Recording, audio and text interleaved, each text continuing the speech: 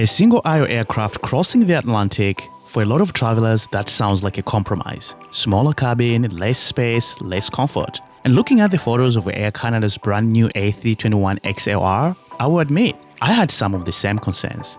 But after spending nearly 4 hours aboard, I came away with a very different opinion. So today, we are putting Air Canada's newest aircraft to the test. So come along as we fly in business class from Montreal to Calgary. Welcome to the trip recap, where I review flights and lounges around the world, all self-funded and always honest. If that's your kind of content, consider subscribing. And today is a special one. We're flying Air Canada's brand new A321XLR in business class. We are starting our journey in Montreal this morning. At least for now, this is where Air Canada's A321XLR journeys begin before the aircraft starts crossing the Atlantic in a couple of days.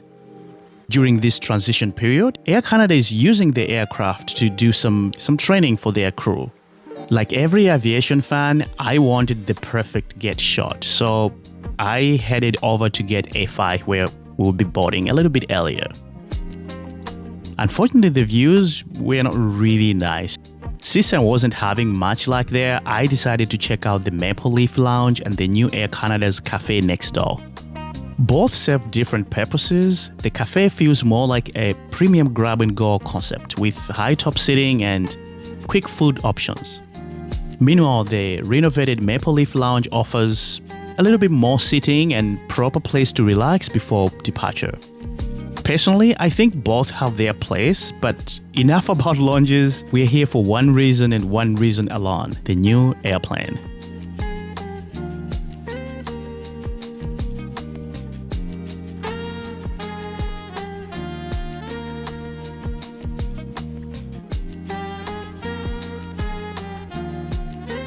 And here she is, Air Canada's brand new A321XLR. And honestly, from the outside, it doesn't really look dramatically different from the standard A321. But underneath the skin, this thing is built differently.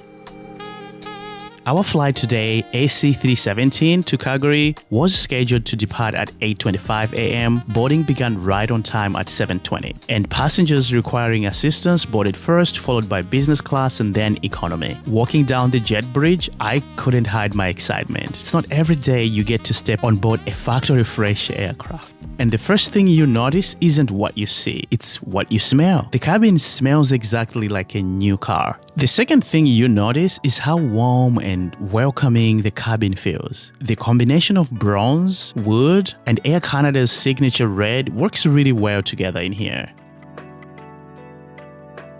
The aircraft is configured with 182 seats, 14 in business and 168 in economy. Business classes are ranked in 1-to-1 config, and seat 5A will be our home for the next 4 hours. Air Canada selected the herringbone suite for the A321XLR, which means the seats face away from the windows. I understand the reasoning. As somebody who loves looking on the window and checking out those engines, I can already feel how hard this could be looking on the window for a long time. Now let's talk about the suite itself. And honestly, I was surprised, really surprised. Before stepping inside, it looks tight. The entry is definitely narrow, but once you're seated, the experience changes completely. It doesn't feel cramped. There's room for everything here.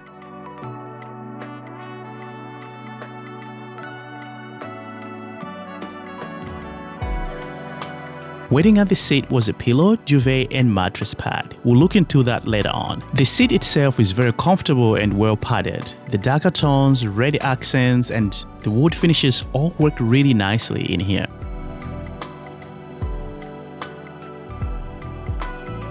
On the left side, you find a 60-watt USB port. Below that is a wireless charging pad. It worked okay on this flight, but I still prefer to use the cables. I'm old school.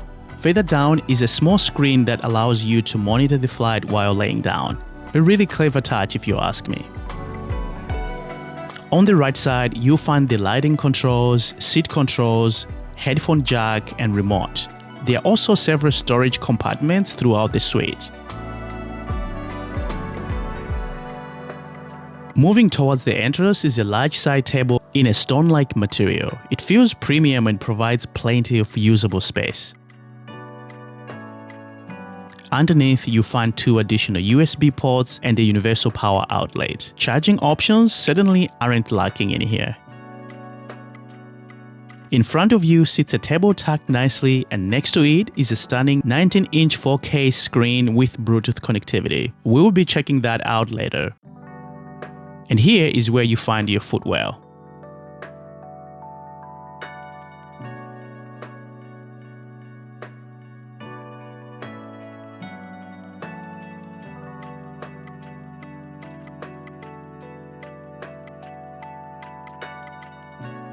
One interesting feature is the adjustable privacy divider that was installed on this plane. You can raise or lower it depending on how social you're feeling with the person behind you. Really thoughtful idea again.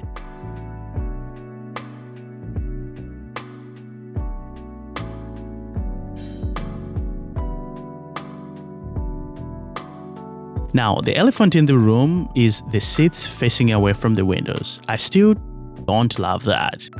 There's something magical about having a window seat and actually being able to enjoy the views without performing yoga. But overall, these suites are much better than actually expected.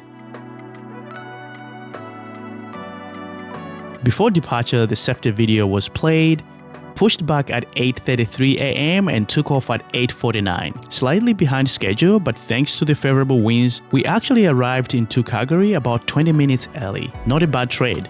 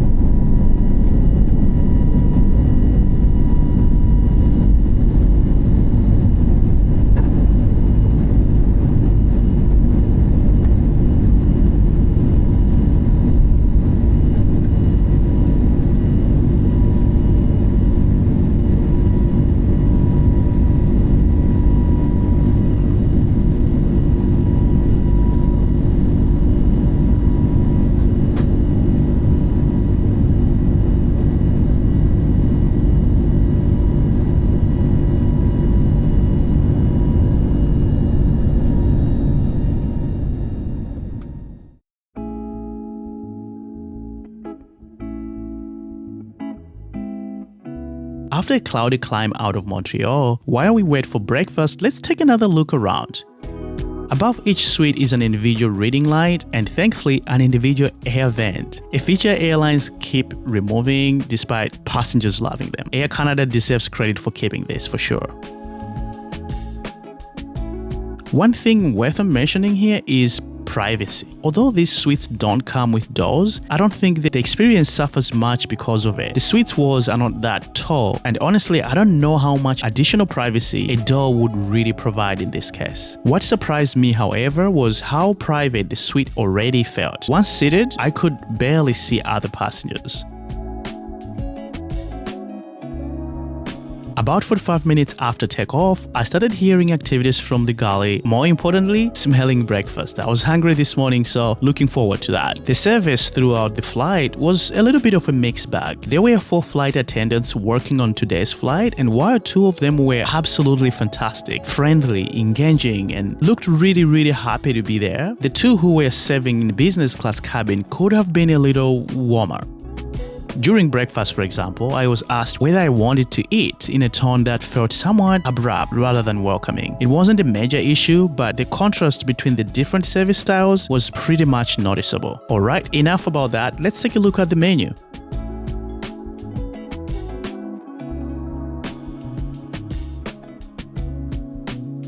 I really liked the starter. I thought the fruits were nice and sweet, and the pudding was also really good. For the main, unfortunately this wasn't for me. The eggs were slightly overcooked. The serving grace though, it was definitely the saucer, which added some much needed flavor. Now that breakfast is out of the way, let's take a look at the entertainment system. In front of you, the 19-inch 4K OLED screen is genuinely excellent. The display is bright, sharp, and incredibly responsive. Content selection is solid with good mix of movies, TV shows, music, live television, and of course the moving map. One highlight worth mentioning here is the exterior cameras. They are easily among the best I've seen on the aircraft. Crystal clear, detailed, and almost making my phone camera feel slightly inadequate. Stick around for the landing footage. Air Canada also provides complimentary Wi-Fi for the business class passengers. I found it to be easy to connect and performance was really good and consistent throughout the flight. As for the headphones, they are decent. The sound quality won't blow anyone away, but they are comfortable and more than adequate for watching movies or listening to music. This aircraft is equipped with 4 bathrooms, 3 in economy and 1 in business class. The business class bathroom is compact, no surprises there, but it does look modern, clean, and really thoughtfully designed. My favorite feature, if you ask me, the touchless trash compartment. Simply move your hand across and opens and closes without you ever touching it.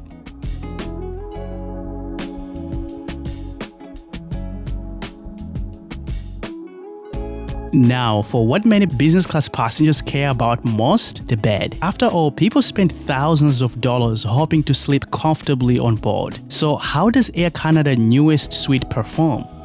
Honestly, this was the biggest surprise of the entire flight. The seat converts into a fully flat bed, the bedding feels soft and comfortable, the footwear never felt restrictive, and perhaps most surprisingly, the bed feels genuinely wide. I have flown some wide-body aircraft with less shoulder room than this one.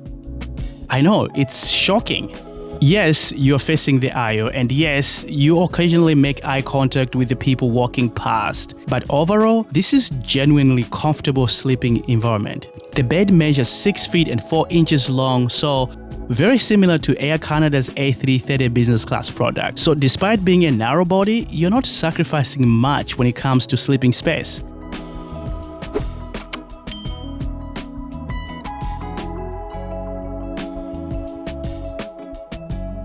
At one point during the flight, I asked one of the flight attendants what the crew thought about taking the A321XLR across the Atlantic. And her answer was, they are very, very excited. And I could tell from how she spoke. But she also mentioned that she's a little bit curious as well. Because on the future long-haul flights, there will be 5 flight attendants instead of 4 who are working on today's flight. And unlike the domestic flight, they will be serving multiple meals. And she was curious to see how plating the dishes would look like, as they didn't have to do that on this flight. In other words, passengers aren't the only one learning about the A321XLR. The crews are too.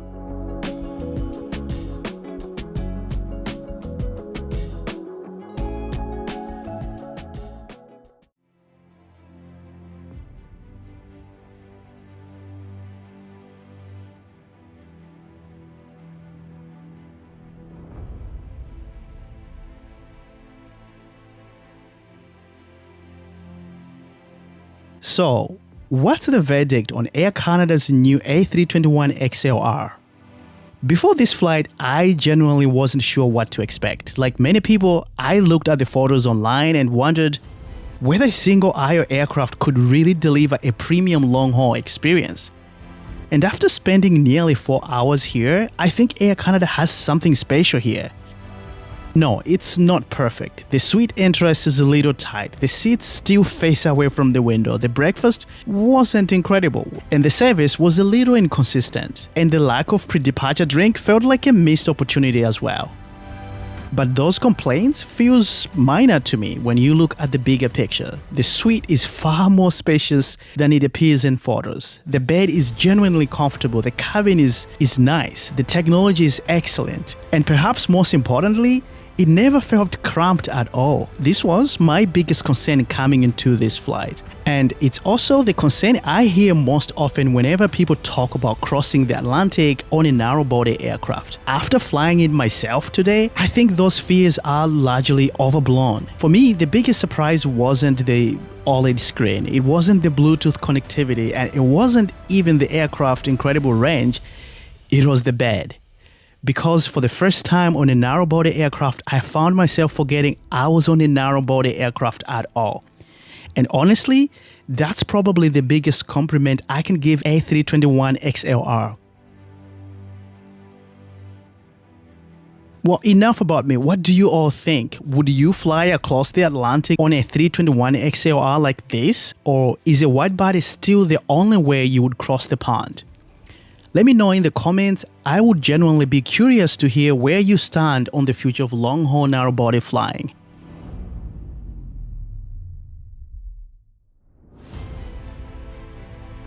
And if you thought this review was helpful, please consider subscribing and sharing this with your friends and give us a comment. Thanks for watching the trip recap. I'll see you in the next one.